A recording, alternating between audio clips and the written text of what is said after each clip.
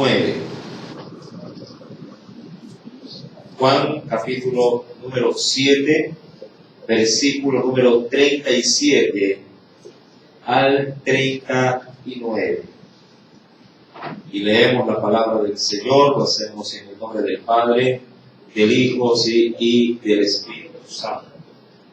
Dice nuestro Dios: en el último y gran día de la fiesta, Jesús se puso en pie y alzó la voz diciendo: si alguno tiene sed, venga a mí y beba.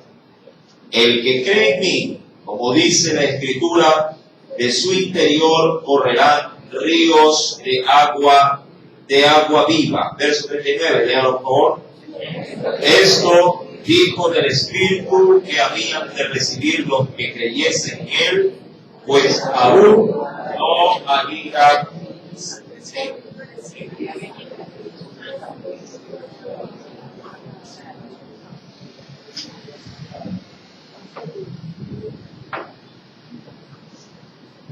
Amén.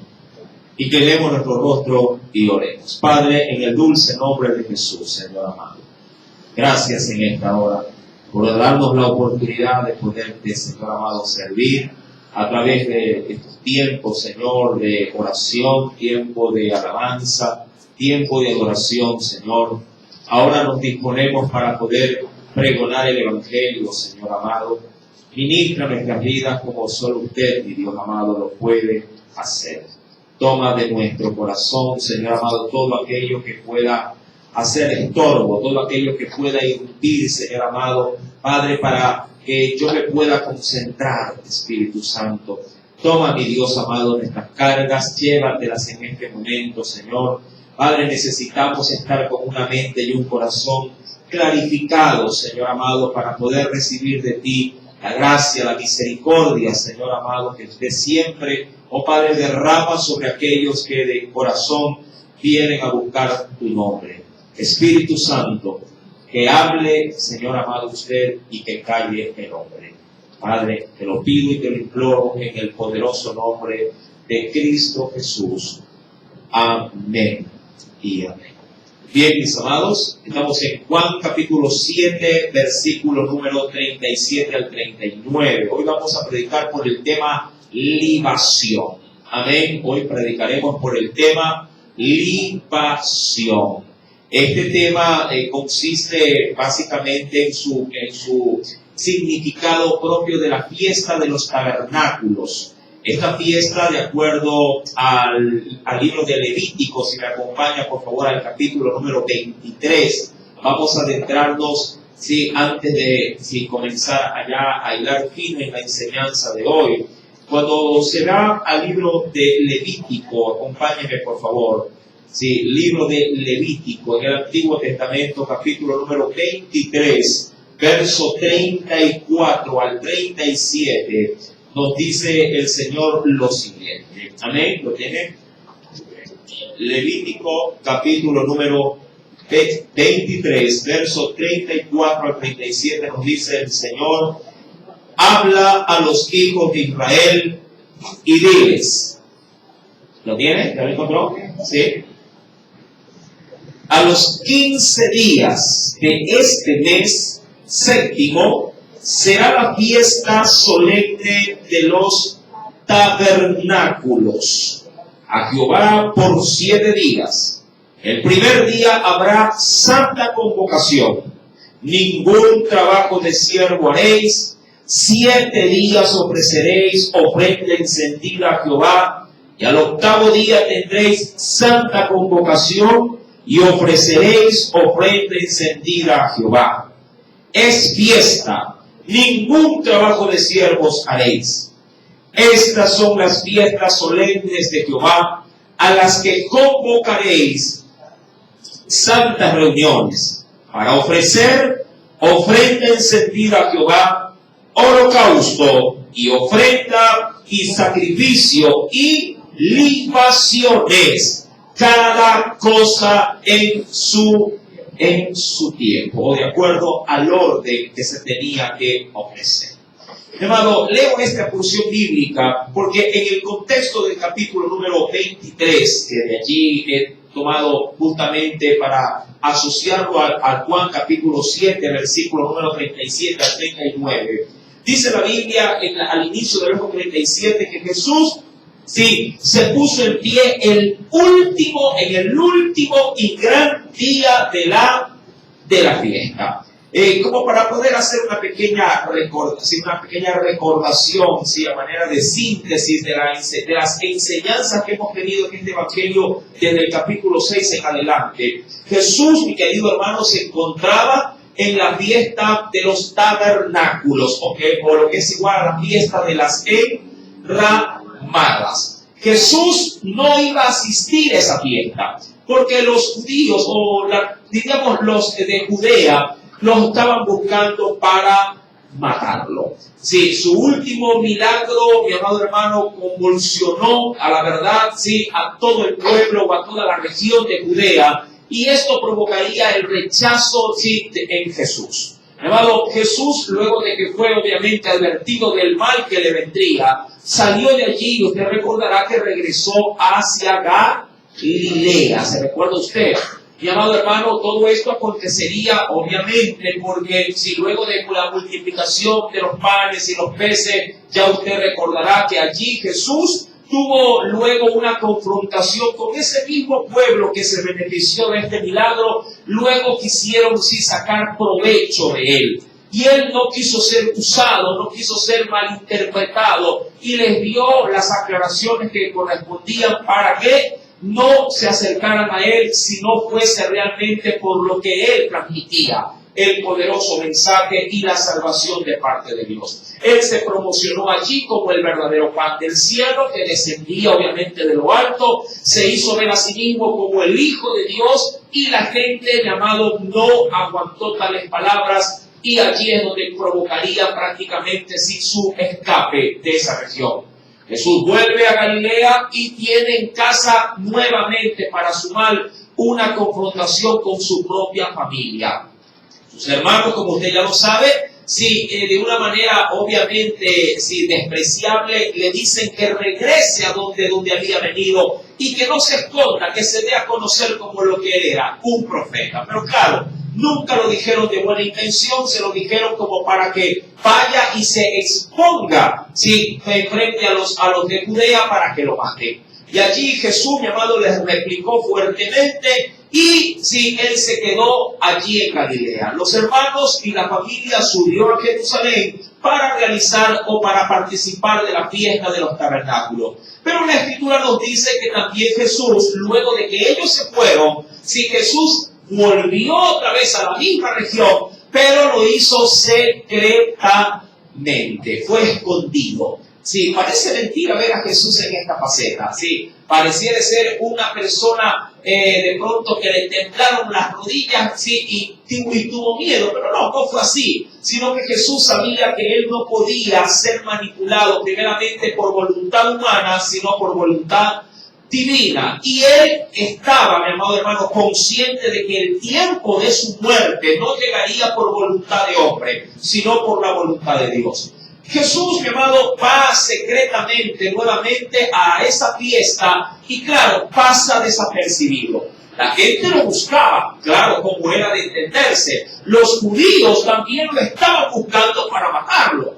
Y el pueblo que hablaba a manera de murmullo, como se lo enseñó el día viernes pasado, la gente murmurando decía, ¿y dónde está Jesús? ¿Y qué es de Jesús? Era una expectativa en ese sentido. Jesús aparece en el tercer día, a la mitad de la fiesta, en el tercer día de la fiesta Jesús se hace público y comienza a enseñar nuevamente en medio de los judíos en la fiesta de los tabernáculos que, como se leyó en Levítico, duraría 7 días consecutivos. Una vez, mi amado, que pasa este tiempo, ya volviendo al texto de Juan capítulo número 7, si volvemos por favor al versículo número 37, dice el Señor lo siguiente: En el último y gran día de la fiesta, es decir, el séptimo, sí, prácticamente para cerrar al octavo, en el último día de la fiesta, Jesús, dice la Biblia, se puso en pie y alzó la voz diciendo: si alguno tiene sed, venga a mí y beba. Extrañas palabras para nosotros, pero no para el pueblo. Para nosotros pareciera ser una declaración fuera de cualquier contexto. ¿Cómo así Jesús, irrumpiendo en ese último gran día, exclama semejante expresión? ¿Por qué lo hace? ¿Por qué escoge de entre muchas otras palabras, escoge precisamente estas? Mi amado, de allí lo que se leía en Levítico capítulo 23. Dios había establecido un sistema litúrgico de actos que acompañarían a cada fiesta solemne. Y la fiesta de los tabernáculos no era la excepción. Esta fiesta también tenía que seguir un protocolo. Y ese protocolo termina justamente, y si vuelve conmigo a la Biblia, a Levítico capítulo 23, verso 37, en la parte final, toda fiesta acababa con la celebración de las libaciones. Sí, la celebración de las libaciones.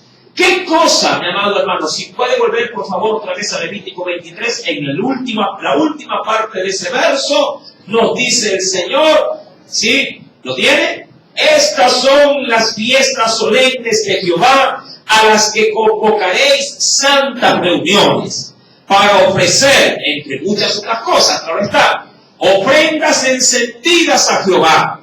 Luego, ¿qué más se ofrecía?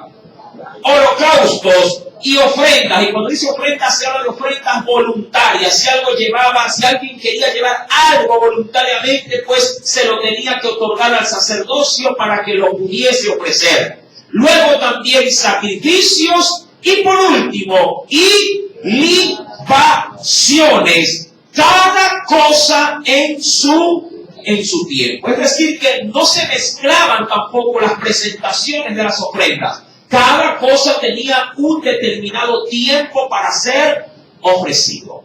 Cuando se llega a la última parte de ese tiempo de ceremonia, mi amado hermano, es decir, en las libaciones, es cuando Jesús, puesto en pie, dice delante de la gente, versículo número 37, en el último y gran día de la fiesta, Jesús se puso en pie y alzando la voz dijo: si alguno tiene sed, venga a mí y beba.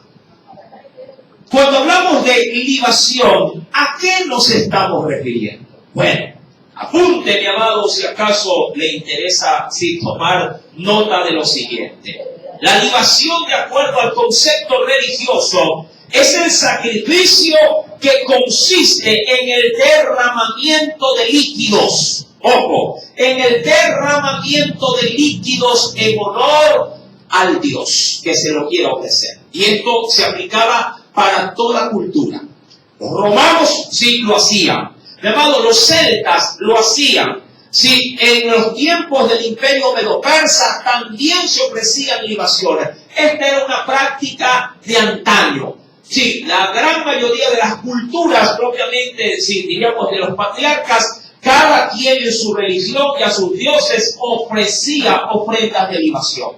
Algo parecido como cuando usted suele ver a veces en películas que tienen la connotación de ser históricas, muchos reyes alzando sus copas decían por los dioses y por los reyes o los príncipes del imperio. Y cuando ofrecían a los dioses, tiraban una parte de la porción, ¿a dónde? Caída al suelo. Las ofrendas líquidas, llamado, formaron parte dentro de, en este caso, del orden propio de la liturgia del ofrecimiento de los sacrificios o de las ofrendas. De hecho, cuando había la necesidad, hasta se podía presentar, entre otras cosas, el caldo donde se hacía hervir la carne sacrificada para su Dios. Venga a ver una pequeña referencia, mi querido hermano, lo cual me parece bastante importante. Venga conmigo, mi querido hermano, ¿sí? En el libro de los Jueces, veamos allí un aspecto histórico y bíblico al respecto. En el libro de los Jueces, en el capítulo número 6, vayamos a ese texto en particular. Libro de los Jueces, capítulo número 6. ¿Lo tiene? Leeré versículo número 19 y verso número 20. Nos dice el Espíritu Santo lo siguiente. ¿Ya lo encontró? Jueces, capítulo 6, verso 19 al 20, nos dice: y entrando Gedeón, preparó un cabrito y panes sin levadura de un efa de harina, y puso la carne en un canastillo, y el caldo, ojo, esto es donde se había coccionado la carne, y el caldo en una olla, y sacándolo se lo presentó debajo de una encina que era una enramada. Versículo 20. Entonces el ángel de Dios le dijo a Gedeón: toma la carne y los panes sin levadura y ponlos sobre esta peña, es decir, sobre esta roca, a manera de un altar. ¿Y qué le dice con respecto al caldo de donde se habría preparado la carne? Dice: y vierte o derrama el caldo, y él lo hizo así. Algo muy semejante también pasaría, mi amado hermano, en los tiempos de Elías. Elías, cuando estaba frente a los 450 profetas de Baal, también hizo libación, sí, dentro del sacrificio que habría de ofrecerle a Jehová. Él hizo poner cántaros sobre cántaros de agua sobre, sí, en este caso, el buey degollado, el cual habría de ser sacrificado. Claro, tenía dos connotaciones. Uno, la libación, y otra, el poder darle seguridad de que el fuego no vendría por mano de hombre, sino por mano divina. Las libaciones, insisto, formaban parte del ritual propiamente de la fiesta, de todas las fiestas, y entre ellas la fiesta de los tabernáculos. Ahora, aclarado este asunto, llamado el pueblo que estaba presente en esta gran ceremonia, llamado el pueblo estaba a las expectativas de los actos litúrgicos. Y a la verdad, es bonito ver, si es que así se lo pudiera decir, manifestar, es bonito ver dentro de una ceremonia religiosa la solemnidad dentro del proceso de los pasos que se puedan dar en este. Mira que hay, aún en la religión tradicional, cuando hay, por ejemplo, procesiones en donde se llama a miles de devotos para poder formar parte de este ritual católico, ellos tienen, mi amado hermano, una ceremonia inicial donde se baja el Cristo del Consuelo, por ejemplo, sí, y luego se lo carga o se lo lleva por calles específicamente determinadas y hace un recorrido de ¿cuántas iglesias? De 7 iglesias. Y claro, haciendo pares en cada punto ya predestinado para poder llevar a cabo, en este caso, la presentación de las, no sé si me equivoco con el nombrecito que tiene, las estaciones. Creo que se lo conoce así, ¿verdad? Sí, bueno, los jóvenes me miran con cara de asustado. Los que son de mi edad saben de lo que estoy hablando. No son las estaciones del año, cuidado. Mis amados hermanos, que allí se hacen los rezos, ¿verdad?, que van acorde con el ritual. Y esto llama la atención. Luego, el pueblo estaba congregado para esta fiesta en particular, no por decenas ni por cientos, estaba allí por decenas de miles. Miles de miles venían a este tipo de festividades. 7 días duraba la fiesta. Amén. Y cada día, obviamente, era superado por otro. Pero el último día era donde se esperaba justamente lo mejor de la fiesta. Y dentro de estos últimos rituales, es allí donde Jesús, en el último, en la libación, Jesús toma la posta y ojo, Jesús no tenía, a la verdad, participación dentro de este ritual. Hablando de la dirección propia del culto. Jesús no podía tomar la palabra. Esa era la gran realidad. Los únicos que participaban allí eran los sacerdotes. A la cabeza, el sumo sacerdote y sus hijos. Todos los demás que estaban puestos, obviamente, ubicados de manera estratégica para ser vistos por el pueblo, estarían allí junto a los sacerdotes, posiblemente fariseos por un lado, escribas por otro, herodianos por otro, saduceos por otro lado, aparte, mi amado hermano, de las dignidades que se invitaban para poder celebrar este tipo de rituales. Y el pueblo, claro está, delante de todo este espectáculo. Es allí donde Jesús irrumpe y toma la batuta y le dice al pueblo: si alguno tiene sed, venga a mí y beba. Hay algo especial que quiero compartir. Yo creo que hay datos históricos que deben de ser también conocidos por nosotros como para darnos una idea de cómo era esta fiesta, ya hablando de los tiempos propios de Jesús. Dice, y voy a atreverme a leer un comentario, sí, que me pareció bastante edificante y lo quiero compartir con la iglesia. Dice un escrito llamado la Mishnah, sí, en nombre hebreo obviamente, sí, la Mishnah, el cual detalla, sí, al más mínimo detalle, valga la redundancia, cierto tipo de rituales dentro de esta fiesta en los tiempos de Jesús. Y dice, la Mishnah describe de esta manera la ceremonia.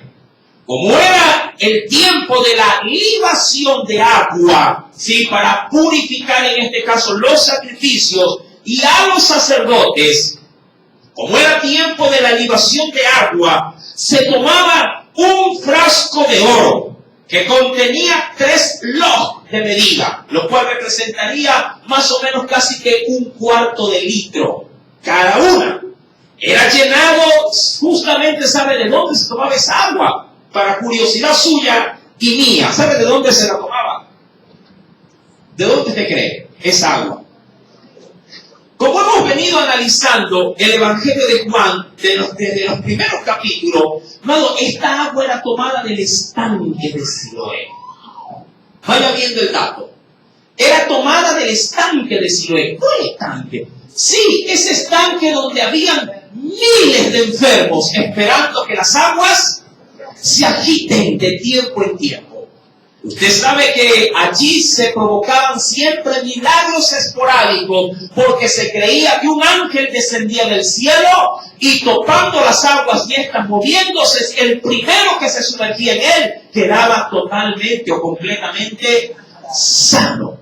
Esas aguas eran consideradas como aguas sagradas. Y allí, mi amado, se tomaba justamente en ese copo de oro, si parte de esa agua era llenado del estanque del Siloé.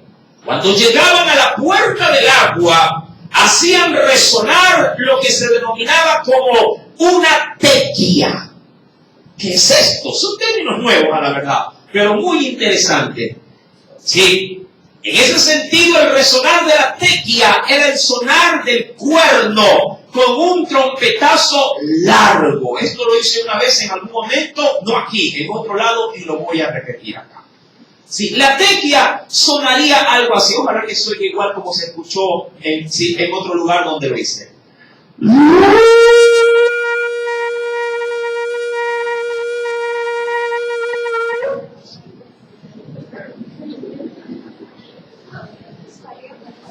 Era el toque de un sonar de cuerno de carnero largo.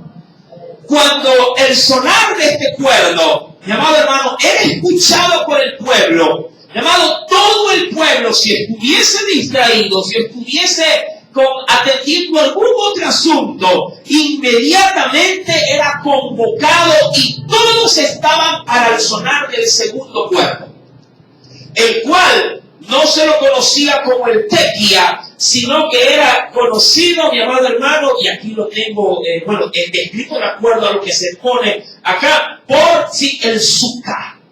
El tequia era el primero, el suka era el segundo, que era el sonar del segundo cuerno, pero de un sonar mucho más, diríamos decir, corto. En esto, mi amado, se llevaba a cabo directamente la libación. Y al último, al término, volvían otra vez con el sonar del tequía para el sonar largo, sí, donde obviamente terminaría el aspecto propio de la libación.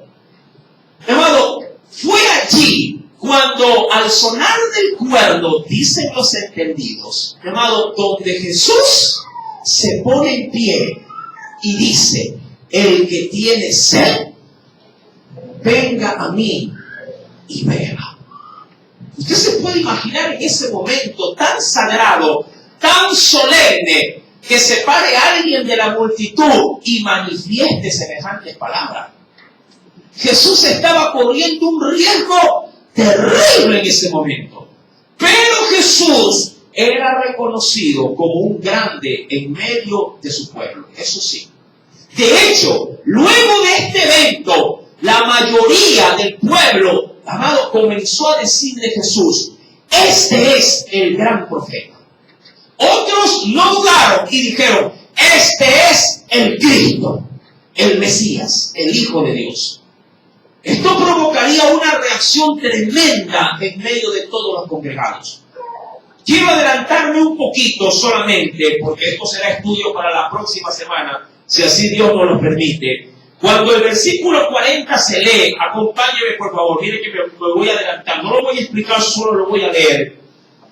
Dice el Señor: entonces algunos de la multitud, oyendo estas palabras, decían: verdaderamente, ojo con esta expresión, verdaderamente este es, ¿qué cosa?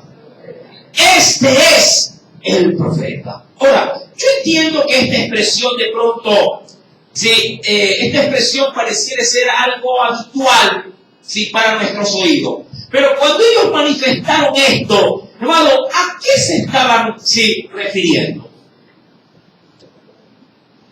¿Qué piensa usted que ellos querían decir con esta expresión? Bueno, mi querido hermano, cuando yo voy a la Escritura, obviamente, si esto hacía reseña, y no lo voy a explicar, a lo que se le había prometido a Moisés: profeta te levantaré de en medio del pueblo después de ti. Y no se refería ni al profeta Samuel, ni al profeta Elías, ni al profeta Isaías, ni a ningún otro profeta, sino al gran profeta que se levantaría para, obviamente, hablar palabra de Dios de manera representativa al pueblo de Israel. Ya lo veremos el próximo día viernes, si Dios nos lo permite. El pueblo, mi amado, de acuerdo a lo que se lee en el verso 40, decía de Jesús: verdaderamente este es el profeta. Otros decían, de acuerdo al verso 41, este es el Cristo.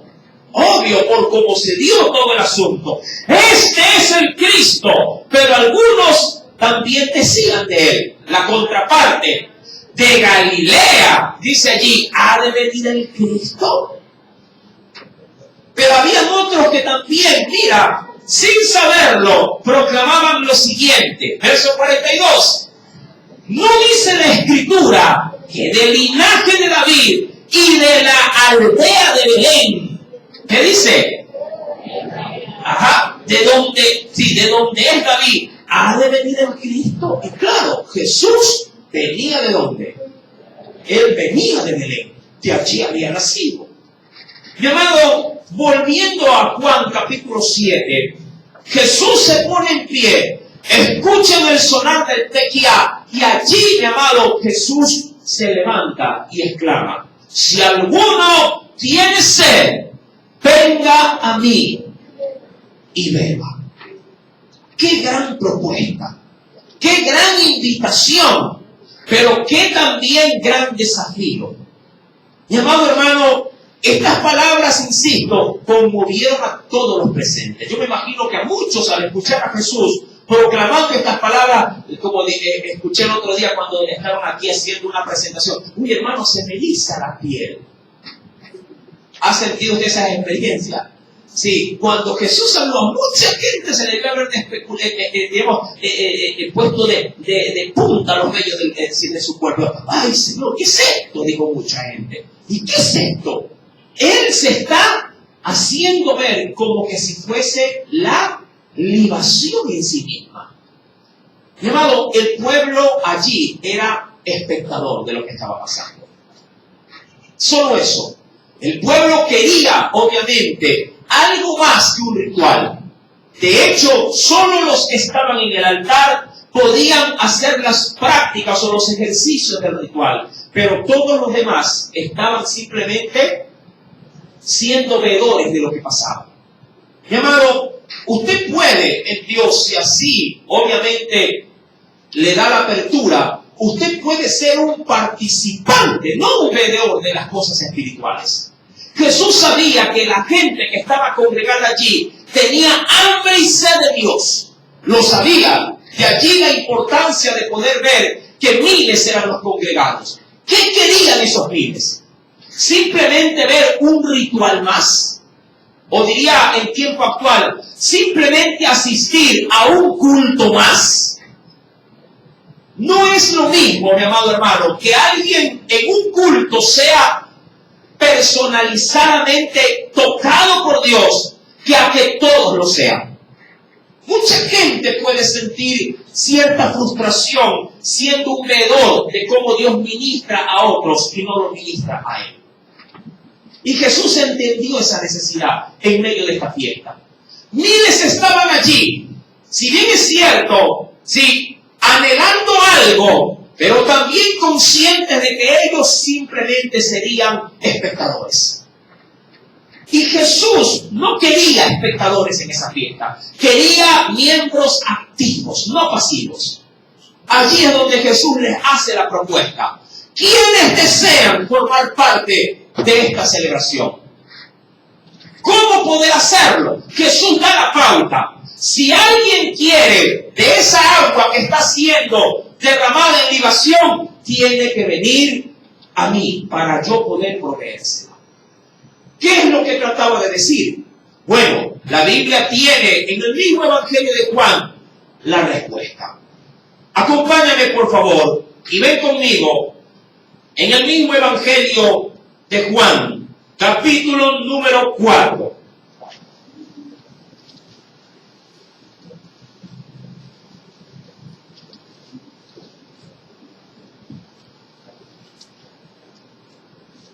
¿Lo tiene? En el Evangelio de Juan, capítulo número 4, leo del verso 14 al 15. El contexto creo que la mayoría lo conoce, o por lo menos le digo que en ese momento Jesús tenía una charla muy prolija con una mujer samaritana. Y en esa charla, mi amado, Jesús le había mencionado a una mujer de que él podía saciar la sed de ella, pero no con la agua del pozo que él sí le había solicitado. Y le dice, verso 14, mas el que quiere beber del agua, le dice Jesús, mas el que quiere beber del agua que yo le daré, no tendrá sed jamás. Recordando, mi amado hermano, las palabras de Jesús en Juan 7:37 que dice, si alguno tiene sed, venga a mí y beba. Sigue diciendo, no tendrá sed jamás, sino que el agua que yo le daré será en él una fuente de agua que salte para vida eterna. La mujer obviamente quedó, sí, digamos, impresionada por estas palabras y le dijo, Señor, dame esa agua para que no tenga yo sed ni venga tampoco aquí a sacarla. Hablando ella, obviamente, ¿de qué estaba hablando ella? Del pozo de donde ella obtenía este preciado líquido. Mi amado, Jesús no le hablaba de esa agua. Jesús le hablaba propiamente de Él mismo. Él era la fuente de agua. Mi amado, mucha gente tiene necesidad. Pongamos en plano ya mucho más orientado a lo actual. Mucha gente tiene necesidades, no necesariamente de agua. Quisiera ser más práctico. Mucha gente tiene necesidad de dinero, tiene necesidad de salud, tiene necesidad de ser feliz, tiene necesidad de paz, tiene necesidades, sí, espirituales también, claro que sí. Tiene necesidades, queriendo ya ver de manera macro, necesidades materiales o físicas. Pero todos que reconocen que tienen necesidades, o la gran mayoría, hermano, todos terminan sus vidas faltos de poder suplir esas necesidades. Y si acaso en parte o en algo tratan de satisfacer, no les alcanza porque o es de corta duración, que por lo general suele ser así, o simplemente no quedan totalmente satisfechos. Toda necesidad que puedas tú tener en esta tierra, mi amado hermano, el mundo te la podría llegar a suplir, pero no te podría llegar a otorgar paz permanente o suplir permanente. Todo lo dará con medida, con corta duración. Usted dirá, hermano, pero hay alguien que puede nacer, hablando por ejemplo de lo económico, hay alguien que puede nacer en cuna de oro y morir en cuna de oro. Sí, es verdad. Puede llegar a obtener, escuchaba en estos días, alguien puede obtener mucho dinero, y usted creo que lo conoce por las tantas publicaciones que se dan en Facebook. La gente puede tener mucho dinero, pero no puede comprar felicidad. ¿Verdad? La gente puede, mi amado hermano, obtener, si por medio de lo material, puede obtener posiblemente cierto tipo de, digamos, de placeres, pero nadie te podría dar paz. Mi querido, el hombre sabe que tiene necesidades, pero lo que el hombre ha olvidado es que la fuente que usted, mi amado hermano, requiere para poder ser feliz o para poder obtenerla de manera permanente, solo la podrá obtener a través del Hijo de Dios. Jesús lo sabía. Ahí se ve, por ejemplo, en Juan 4, que hemos leído, se ven dos tendencias. Una la terrena y otra la que Jesús quiere saciar, la espiritual. Pero con una salvedad. Lo que el Espíritu, mi amado, puede proveer, no solamente se limita a lo espiritual trasciende al mundo físico. Quiero que entienda esta parte. ¿Sí? Mientras que lo terrenal no puede trascender a lo espiritual trasciende desde lo espiritual mismo y, amado hermano, abarca también lo terrenal. Esa es la gran diferencia. De allí que la paz que el mundo me brinda no me puede brindar la paz espiritual, solo la terrena. Amén. La bendición, dice la Escritura, que enriquece es la que viene de parte de Dios. Mi amado, ¿cuál es tu necesidad? Yo no lo sé, tú lo sabes.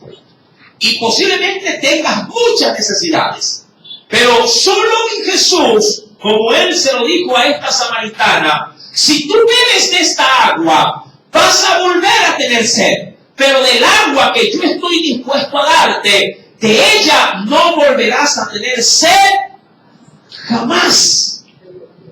La Biblia dice, si como reacción de la mujer le dijo, dame de esa agua. Quiero esa agua. Claro. Pero yo sé que tú desearías posiblemente, al igual que esta mujer, ser saciada en todas tus necesidades. En lo financiero, en el amor, en lo profesional, en lo estudiantil, hasta lo espiritual. Mi amado, pero si no tienes la fuente, ¿cómo podría, tu vida vertir de esa agua? Hay algo especial, mi amado hermano, que dice la Escritura en el versículo 38 del mismo capítulo 7 que hemos leído. El que cree en mí, Jesús fue claro y se identificó a sí mismo como el agua. Dijo el pueblo, el que cree en mí, como dice la Escritura, de su interior correrán ríos de agua viva. Amado, aquí hay algo muy profundo. el que cree en mí. Es evidente que no se refiere a un creer mental, se refiere a un creer del alma. Si el creer fuera solo mental, todo el mundo, llamado, podríamos decir, todo el mundo tendría una vertiente en sí misma. Todo el mundo estuviera completamente satisfecho. Pero porque esto no es así, y solo la gente se limita a creer con su conocimiento de Dios, vive posiblemente en escasez y vive en turbación. ¿Quién podría explicar esto de una mejor manera? Bueno, quisiera, mi amado, que venga conmigo al libro de Jeremías, capítulo número 2. Yo creo que este profeta tiene una gran respuesta a muchas interrogantes. En el libro de Jeremías, capítulo número 2. ¿Lo tiene? Libro de Jeremías, del profeta Jeremías, capítulo número 2, verso número 13. Versículo número 13. Nos dice el Espíritu Santo lo siguiente. ¿Ya lo tiene? Jeremías, capítulo número 2, verso número 13. Y pongo el asunto, porque aquí Dios le dijo al profeta que declarara esto al pueblo. Y dice: porque dos males ha hecho mi pueblo. ¿Y en qué sentido? Justamente en esto, del agua. Veamos. Dos males ha hecho mi pueblo. Primer mal, y creo que aquí nos identificamos. Primer mal, ¿qué dice? Me dejaron a mí. Ojo con esto. Me dejaron a mí fuente de agua viva. Mira, mi querido amigo y hermano.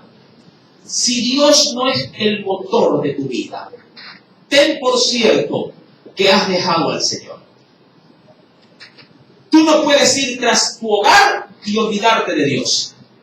Si tu hogar es tu prioridad y Dios no lo es, y está en un segundo plano, ojo con esto, en un segundo plano, has dejado a Dios.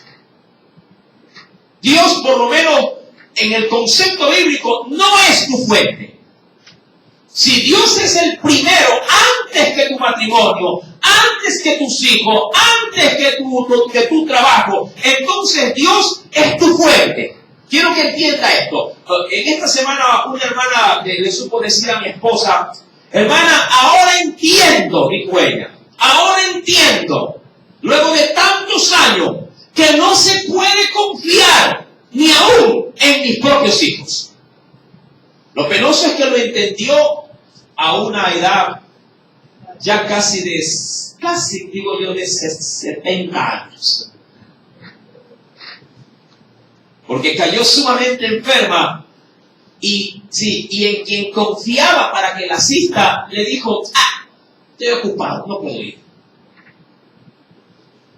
Allí, mi amado, es cuando uno dice, y ella obviamente lo dijo replicando: yo que me entregué por completo a ellos.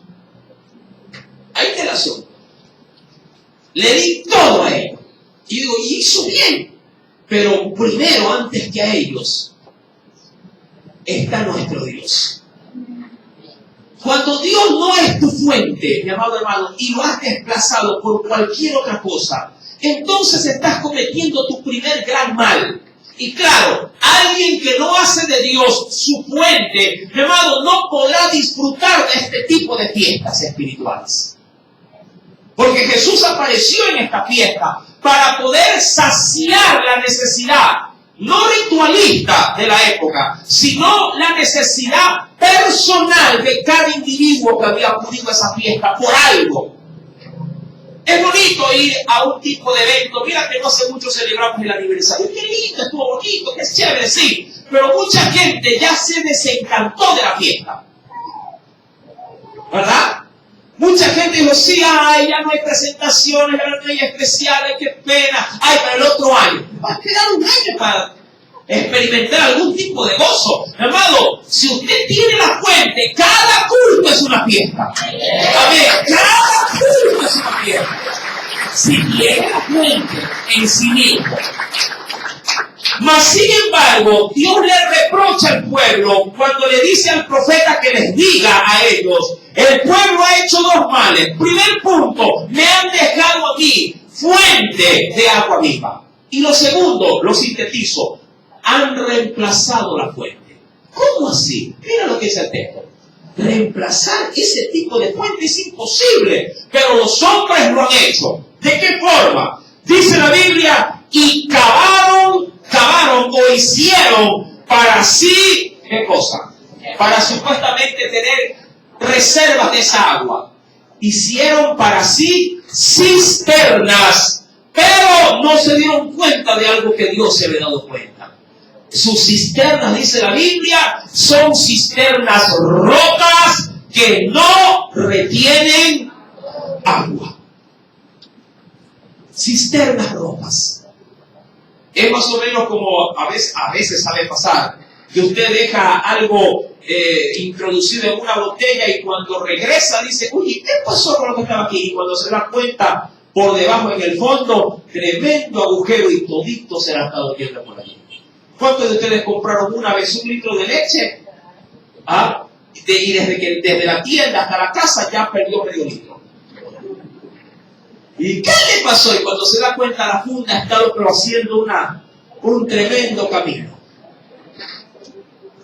Llamado, el hombre reemplazó, ojo con esto, reemplazó lo que Dios les podía proveer por su propia forma en la que ellos quisieron asegurar el agua. Claro, hacer una cisterna, ¿qué objetivo tiene? Sino tenerla llena cuando el agua escasea, no existe. ¿No le ha pasado que cuando le dicen, le informan, va a haber corte de agua el fin de semana? ¿Qué dicen? Asegúrate que la cisterna esté llena. Para muchos su cisterna es un tanque de 55 galones. Para muchos.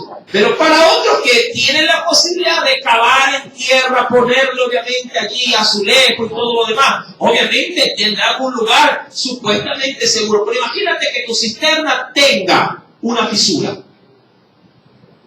Y tú estás completamente seguro de que cuando se corte el agua, tú ni te preocupas, no cojas nada. Ahí está la cisterna. Y cuando vas y quieres sacar un balde de la cisterna, ¡oh sorpresa! La cisterna está totalmente vacía. Eso es lo que nos pasa a nosotros cuando confiamos en nuestras propias fuerzas y no en Dios.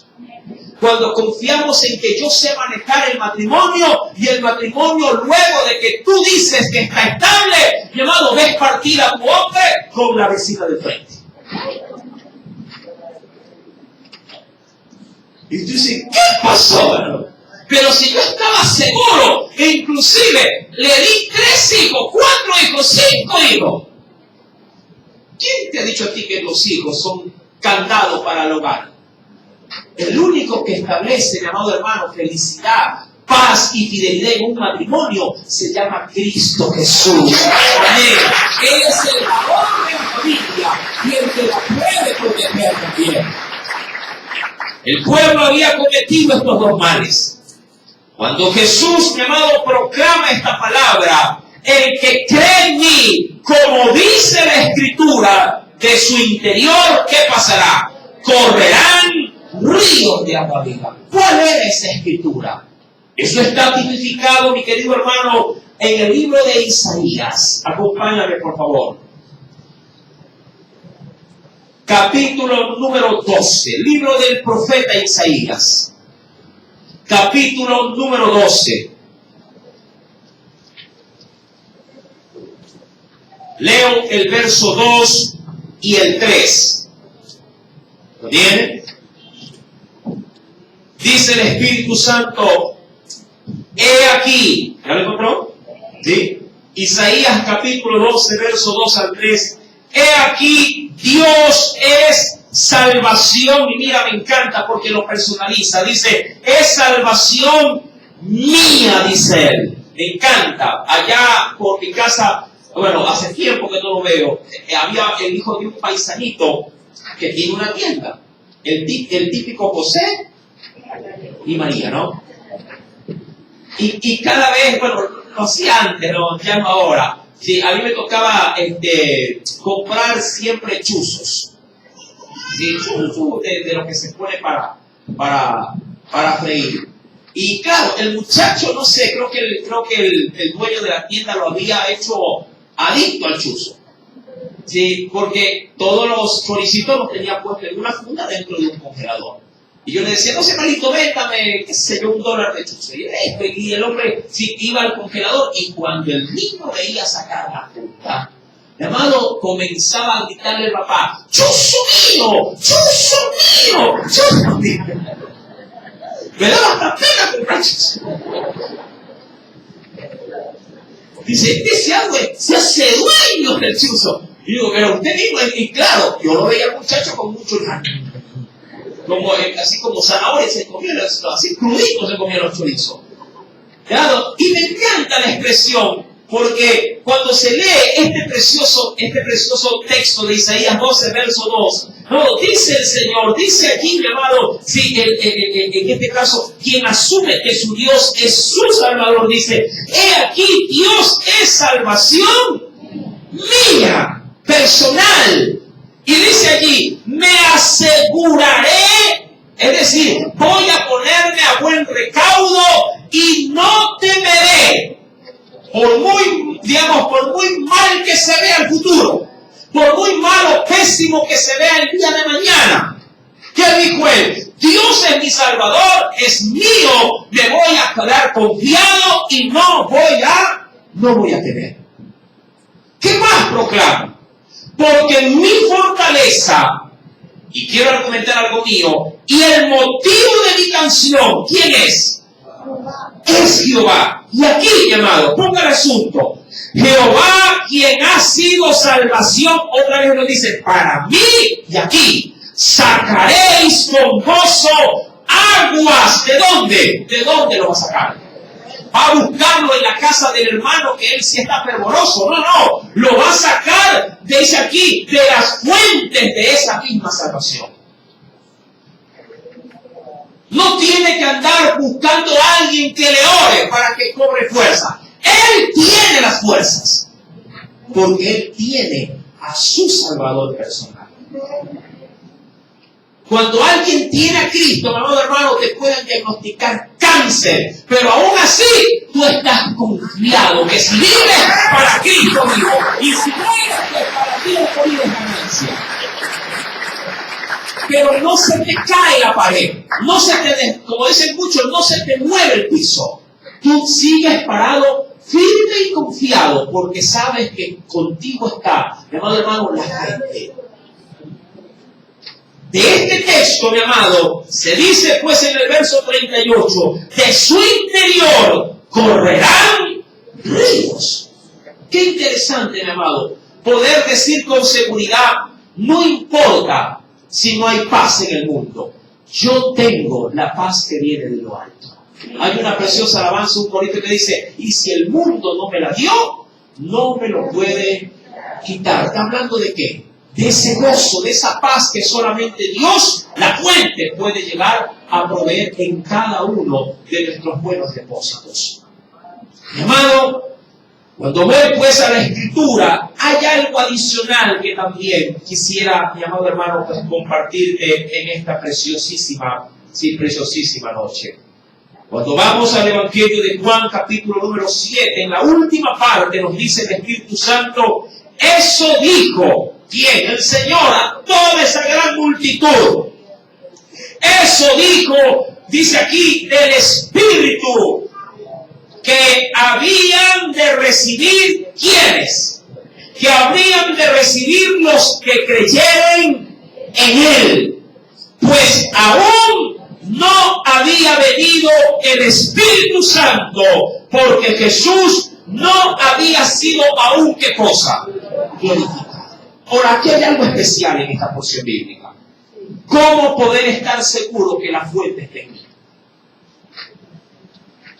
Buena pregunta. ¿Cómo? Y la respuesta no es tan complicada. De hecho, es muy sencilla. ¿Tienes al Espíritu Santo? Él es la fuente. Claro. ¿Cómo estar seguro de que el Espíritu de Dios está en mí?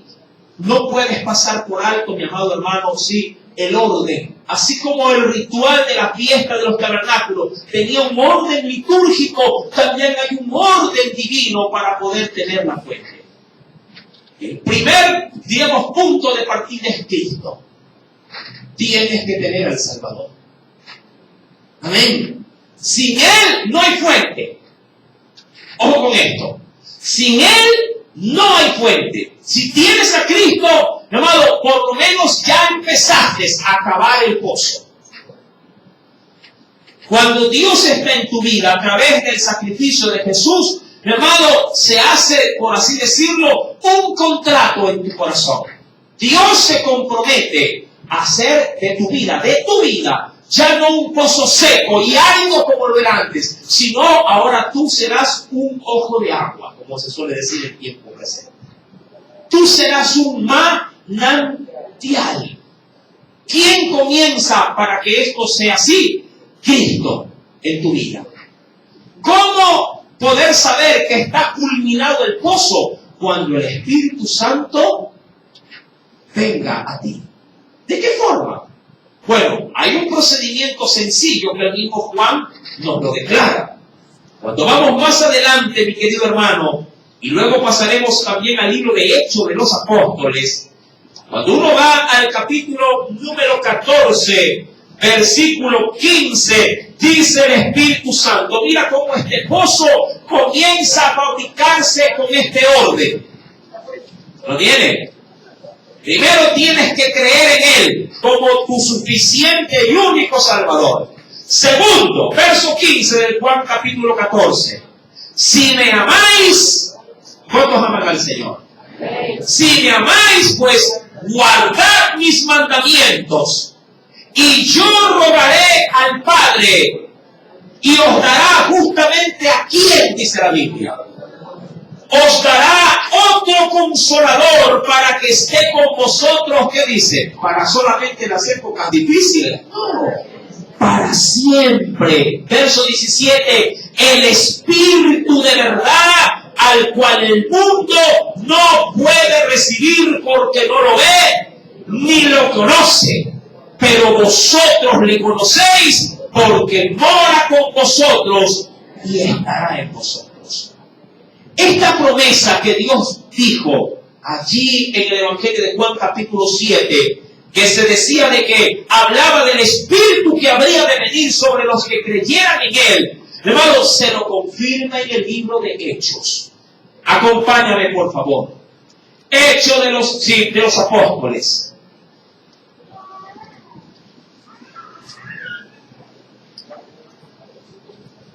Verso 38 del capítulo 2. Hechos 2, verso número 38. Y con esto culminamos. ¿Y encontró? Hechos de los Apóstoles, capítulo número 2, verso número 38. Y mira, la gracia del Señor cumplida. Pedro les dijo a una gran multitud luego del advenimiento por primera vez del Espíritu Santo para bautizarlos. Dice, Pedro les dijo, arrepentíos y bautícese cada uno de vosotros en el nombre de Jesucristo para perdón de los pecados. Y, ojo con este orden, y recibiréis el don del Espíritu Santo. Verso 39, ¿puede leerlo? Porque para vosotros es la promesa, y para vuestros hijos, y para todos los que están lejos, para cuantos el Señor, nuestro Dios, llamare. ¿Para quiénes es la promesa de esa fuente de agua de vida? ¿Para quién? Para nosotros, para nuestros hijos, para los que están lejos, para todos los que el Señor llame. Mi amado, si Dios te está llamando y te dice como en la gran fiesta, ¿tienes sed? No sé qué pueda saciar tu sed. Para algunos es el dinero. Para otros es lo sentimental, el amor. Hay unos que están día a día publicando por las redes sociales que quieren encontrar a su verdadero amor.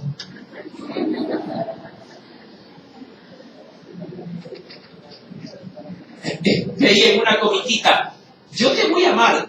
Dice, pero no, hace unas expresiones. Mi esposa por aquí, ella no sabe esa parte. No. Yo puedo ser tu amor. A veces. Mi amado, ¿qué es lo que te pone intranquilo en esta vida? Dinero, felicidad, bienes materiales. Mi amado, tengo un consejo final para ti. Obviamente que ya has leído y has podido constatar el orden divino. Y hoy lo quiero reforzar con una palabra muy conocida. Busca a Dios primero. Y Él se encargará de saciar todas tus necesidades. Amén. Buscar el reino de Dios y su justicia. Y todo lo demás vendrá por añadidura. ¿Sabes por qué? Porque si la fuente de la vida está en ti, mi amado hermano, no tendrás que irlas a buscar. Ellas, mi amado, ellas están en ti y otros vendrán a buscar en ti lo que Dios ha depositado en abundancia. Amén. Al ver la transformación del poder de Dios que es en ti. Vamos a inclinar el rostro y reflexionando a manera de conclusión, podríamos decir, Señor, qué gran verdad es la que se proclama en este Evangelio. Jesús vio a las muchedumbres al borde de una gran fiesta.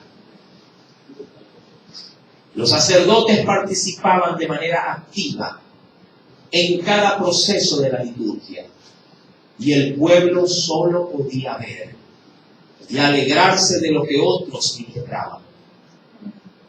Jesús vio eso y Jesús dijo, no, aquí hay algo que está mal. Ellos también pueden participar de esto. Y no necesariamente deben de esperar un año para tener 7 días de fiesta.